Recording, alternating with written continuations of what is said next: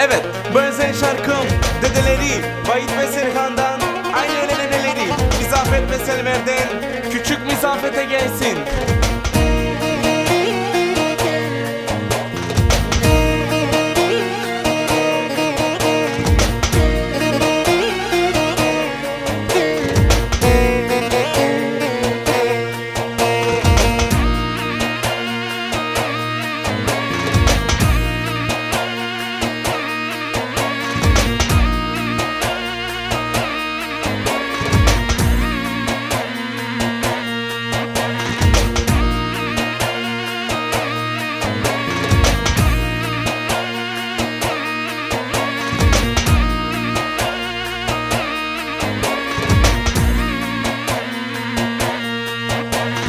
Sen geldin hayatımıza, neşe neşe kattın huzurumuza, mutluluk verdin hayatımıza. Mizafet kızımız bizim canımız, Mizafet kızım çok tatlı. Anası Hamziye çok farklı, babası Sezgin'in bir tanesi. Nenosu Mizafet'in hayatı. Bugün canım kızımın doğum günü var. Geldi bir yaşına, kutlayalım oynaya oynaya. Bugün canım kızımın doğum günü var. Geldi bir yaşına, kutlayalım oynaya oynaya. İyi ki de doğdun, iyi ki de varsın, iyi ki de bizim kızımızsın.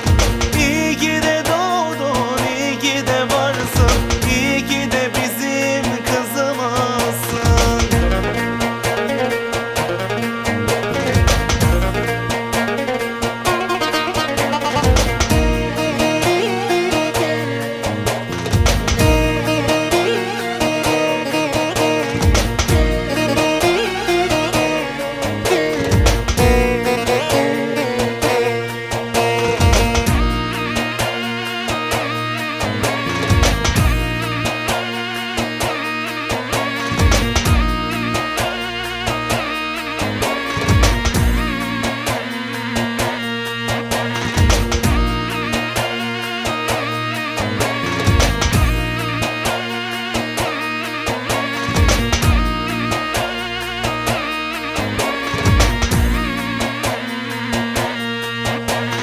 Mizafet kızın kokusuna kurban olur anası Hamze.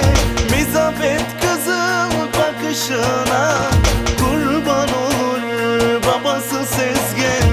Mizafet kızım çok tatlı, anası Hamze'ye çok farklı, babası Sezgin'in bir tanesi.